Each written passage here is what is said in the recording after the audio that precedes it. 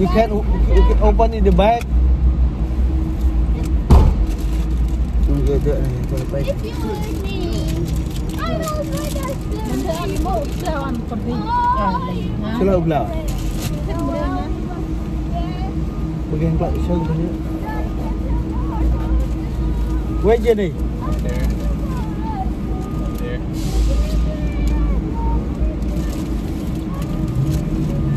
Hey.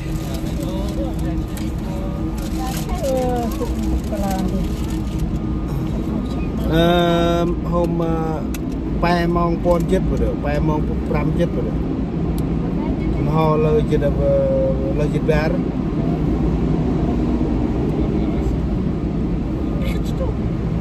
Yeah, lời chỉ ra cái ba năm bên chết. Hay là lực bay lăng đang lợi qua đội sân bay này. Bây giờ đây là theo thêm học. How are you? Hey, you did. Who closed the door?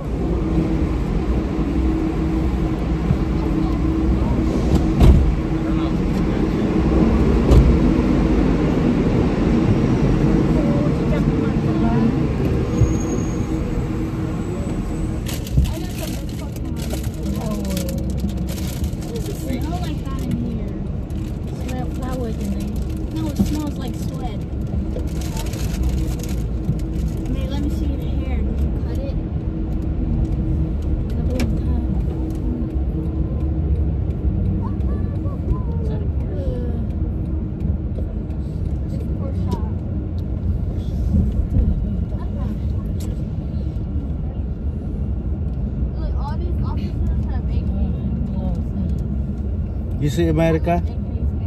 It's America, not Vietnamese. You think there's gonna be people at church? Ai siapa? Nemen Rengok. Tay Pri Nam Dak Nam. Apa Pri Nam?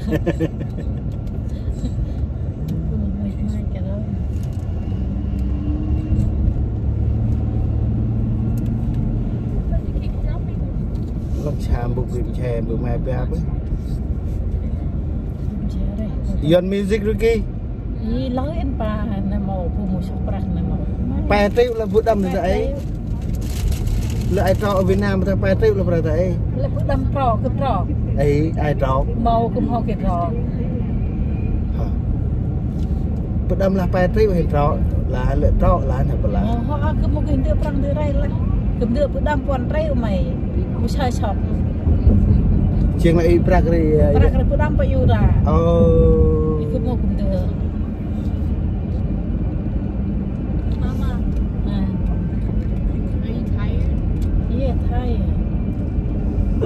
A lot.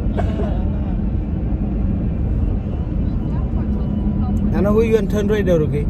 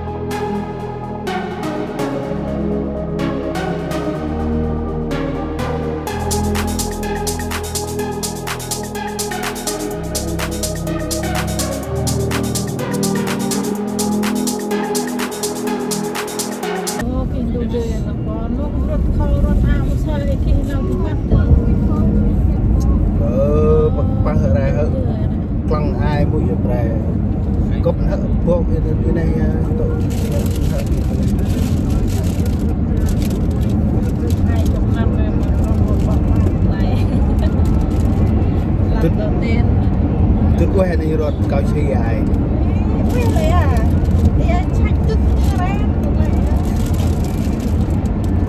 mua mỗi đồ bên tay cao chi này ở mùa hè mà cao chi ta rồi thấy người ta đó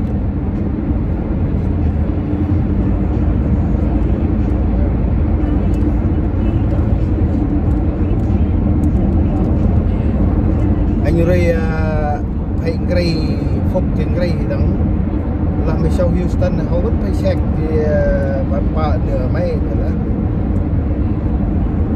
thì sáng nay cái hơi nói gì quy là cứ tổng sân bay Việt Nam là nhà em cứ check cứ kiểm tra từ ai từ đặt tập Houston là mà cũng kiểm tra từ ai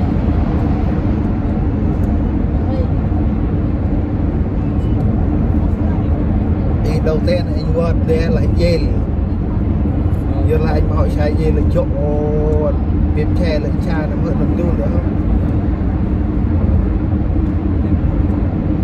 dê luôn gọi sao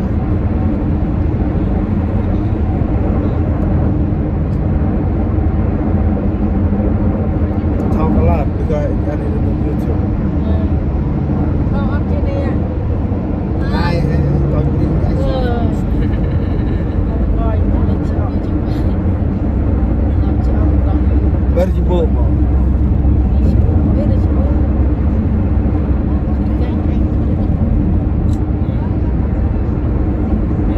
Lượng ma tuần bài này, lượng tu na cha bài này.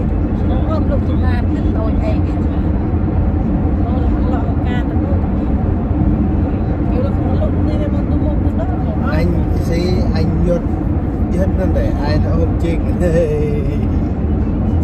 Chắc rồi mày tăng ca mày. Tộc gì thế à, tộc cả bao lâu đi à, anh cho Honda Shal nè, Shal và tầm Shal là tu và chỉ là và chat hè và đi ra mà và chỉ rất tầm đau vậy.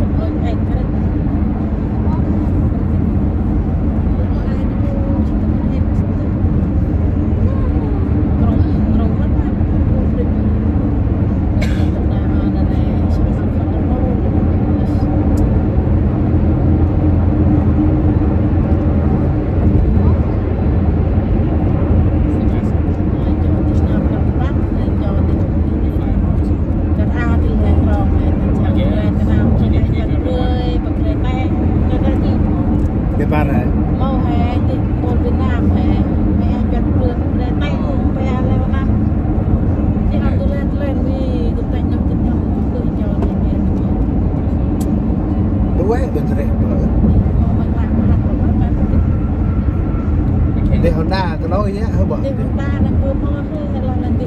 Chuyện Honda này bằng tư bằng tàng kèo tàng mà, và còn xe ca hơi bố vậy.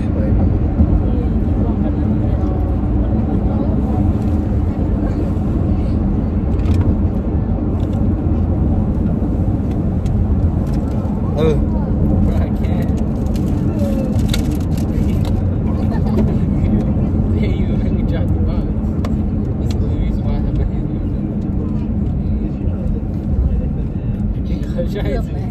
Là chỗ ai âm hết hôm phân rồi. Mommy, is the water fresh over there? Yeah, fresh. Hello?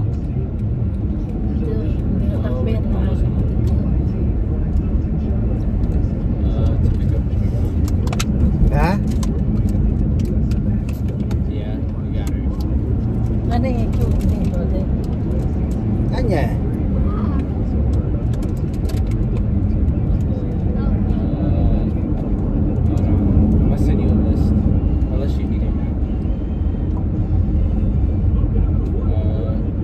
Lên tâm nữa không phải làm gì là Like what? Some Mày. Chris, what's your next name? Okay. So, Lòng teo. Nó để ở đây như đi bàn hàng ai vui một cái Benar. Tôi ngay thẻ là tăng cây sang na rồi từ na rồi về hàng pram chít mang để áp cây ở từ hờ nên là áp prao hàng tông hàng từ đấy một cái ngăn này phải kia nào can cần rất một bồn làn này can bơ kia được can để riêng là bồn làn bơ kia đâu thì in round round là kia được can là quanh năm mình bảy hơi cần he được đông bà đều tôi tính mà cái bé cái bé cái bon tốt mà cái này tập theo pram hết đây mà hốt đợt một yếu thì in your home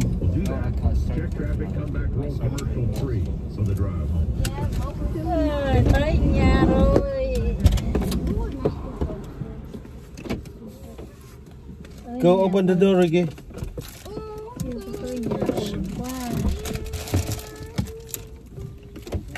Không tắt anh bao đường em ở hèn ở càng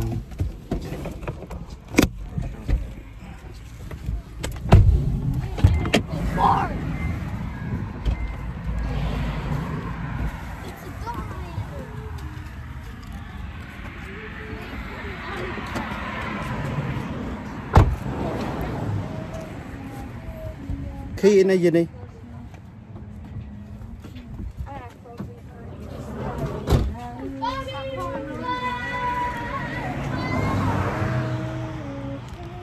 hom qua hè này anh cao chìa Chris, that one is heavier, just let you know.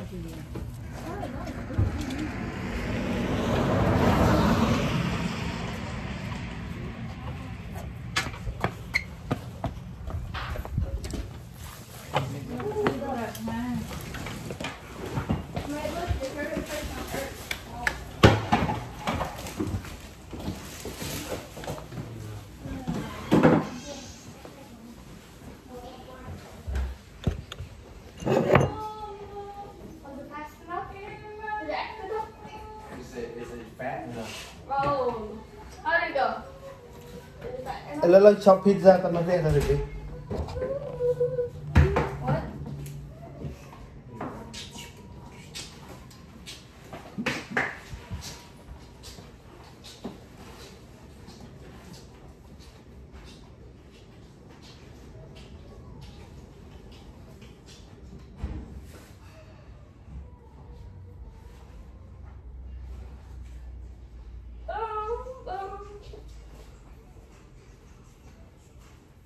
I got more followers than all you guys. No box. Hey, What? get her, come over. Who? Your mom.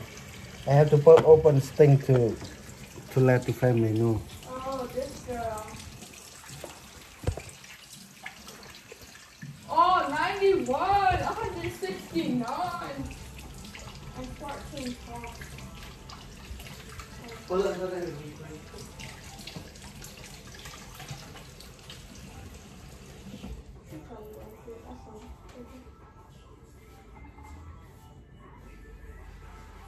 Pick up the box, Chris. No box. Which box? This? Is looking for a boyfriend. Is that Samuel? No, that was, Andy? no. Who was it? What's his name? Alexander, whatever? This box is heavier, bro. This right here, Chris?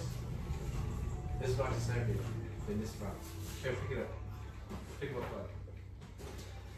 up. Can you move this again? Hurry up. One put stuff in Hurry here. up, Chris. Hurry up. Right, hurry. No wonder how my sauce got so big. You hear me? Move this You here. know what they say? Big, I'll pick this one up. big socks. You hear me? Move this table. Yes, sir. Move the whole table? Okay. Hey, this is heavier, right? I don't know. Put the table first. Right? Yes. You believe me? Put one on the table. One? That's bad. Oh, Hit the folks. Hit the folks xin nên là đủ game. Không hang ở Việt Nam hả?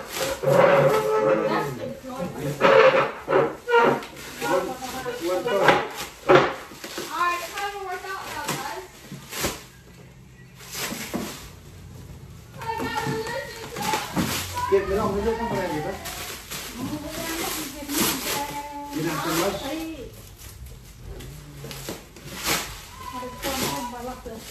Where's my phone?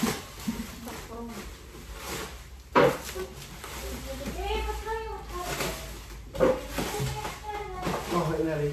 Trên kênh. Ready for.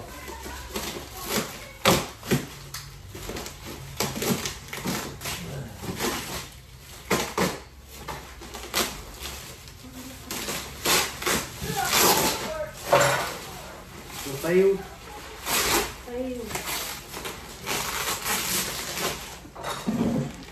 Như tiền từ bên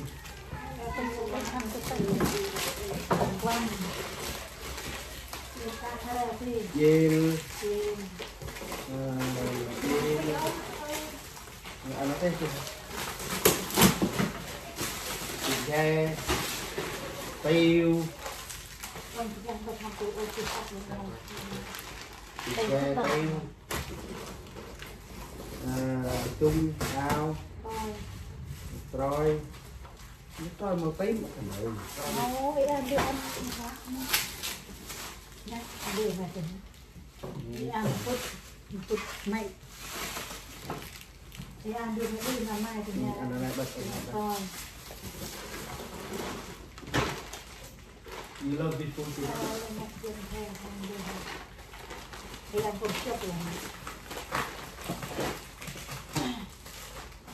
đi ăn thì vui thế à ăn hay ăn mày vui giờ bữa ăn ru tum lum na cột ra lum tum cái à tụi ăn ru tê là mau chọc quê ăn ru cứ mua cái đựa mai mà bơ ăn để bật cầu đọc tay cho nên cùng tay đi ăn cái gì vậy vô về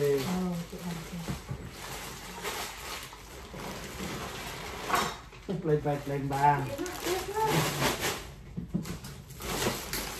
That's a lot of folks in here, guys. Put that on the table. Lên bàn quay đưa đi. Lần sau đi không được thì đưa lại như nó quê đưa thôi. Nó bà put kho ao tung thông nghe chiên tay răng chiên lên. Yeah. Con tay này hai ba như thế. That's it. Oh, fuck, am I gonna send all these photos? Hồi tay. Tay. Wow.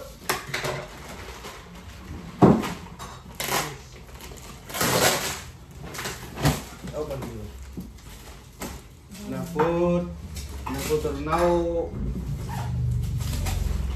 Thôi. Đây đâu quên được có đâm chịu đâu. Đây, đây, naput. Naput. How do you do this, Lee? Naput. I'm trying to open it Nó up. khó nhỉ? Ví dụ. I sent it through iCloud. Send it to my number. Oh, the link? Oh, because you sent a whole bunch of pictures at once. It's gonna lead you to an iCloud link. Naput được cần đưa. Mày Khương. Này mày Khương à? Mày Khương anh là quê. Đây.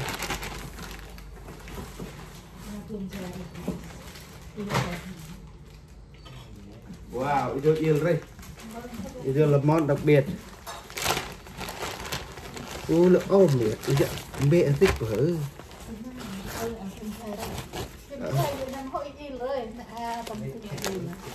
Wow. Wow, bếp dê, wow, nhìn. Đặc biệt. Cho chân cầm video mà xài. Made it now, Bunny. Everything. Jenny, this is the fresh one. You thought you were slick ai nó một cái này nó có cái ai tôi bị che lắm một quanh cái này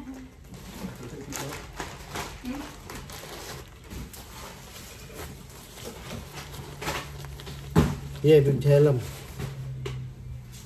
Wow, very đặc biệt. Jenny, can you take care of the food?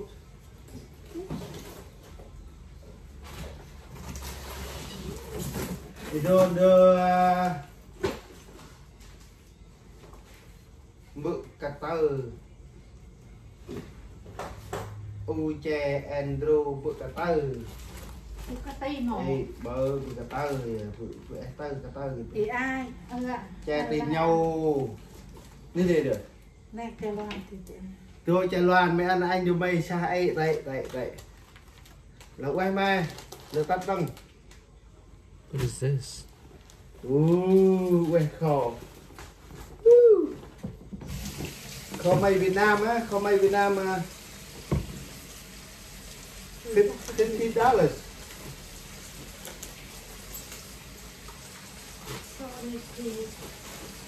You want to care all about your gift, but you don't want to care about us. Shut up, Janine. Shut up, Janine. Dang, so ungrateful. You're joking, mate. Your presence here makes me happy.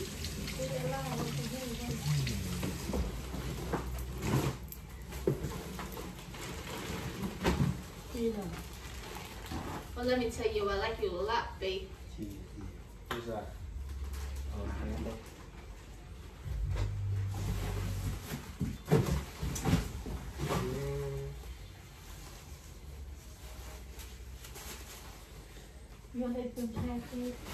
Thợ may Quảng Tín quay hình của mày thôi.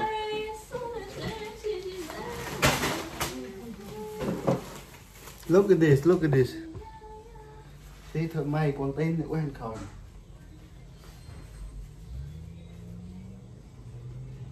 Đây kẹp này.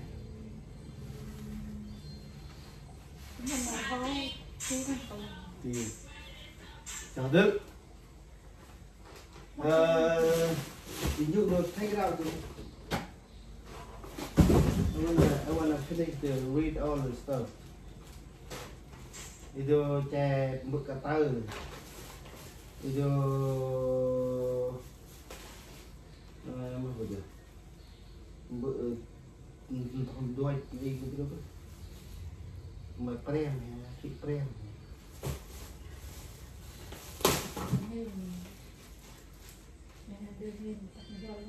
Thị prim mà là bộ mì tụi mì dậy được đi giờ quy giờ ham giờ cách đây rồi giờ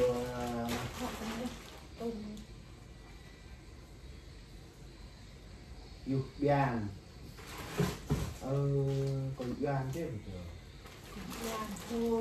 còn biàn hay em dục biàn hay dục biàn này quanh ông bự choan quanh tí cổ biàn biàn gì rồi còn biàn kia anh dục biàn có gì oh shit sorry mà cái chi vlog này nó liên tuyệt rồi đó không chắc nữa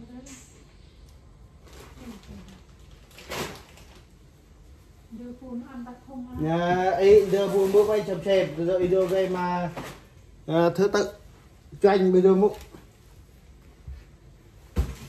vô xài được từ từ đâu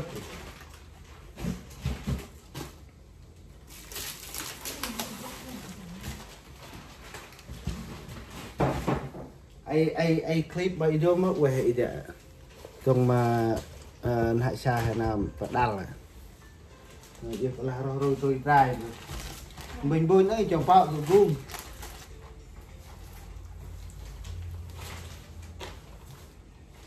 mẹ cà tây chưa mẹ cà tây rồi thêm đấy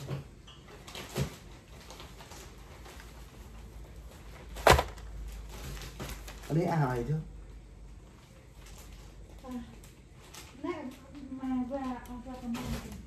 rồi là anh thì nó bấy lâu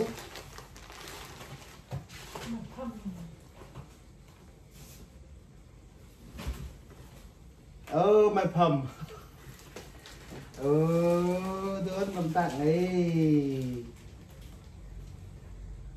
tại tâm bên điều hút chen rồi đấy gần video nguyên phút trọng rồi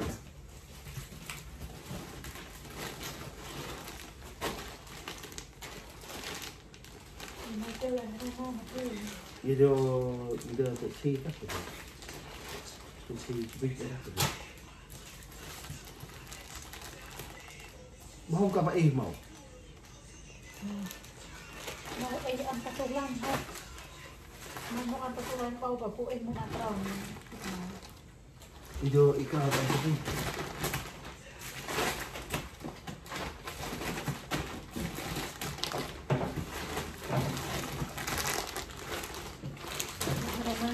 Mate, these are nice. These are my purse. I'm gonna take this to school now. My purse. chỉ được nâu nem nữa chơi nấu nam hay là gì video này rất là cool mòn tha cái ăn hay là hay Kroanh Brah tụi mình là mình đập bàn lâu em mấy bữa đâm ai xí nay chơi mình này lưng quân nè bữa đâm thế tụi bích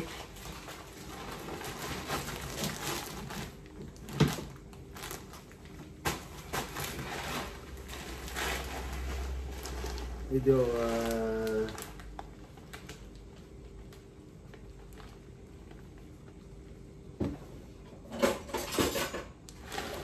video nó bênh đi được sắc của nó xanh nó thanh ê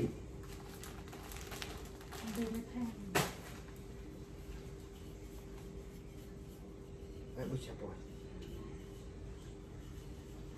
mình mang ai vô để ác bỏ mà phải vô bỏ nhiều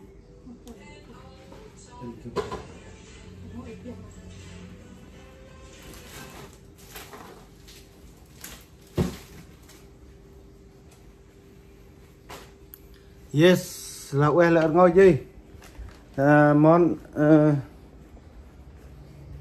này âm đây là nghề được đáp ứng được ở nào được này ăn rồi oi rọ kho ảo kho nó chỉ là bữa vậy ấy anh dừng video được đâu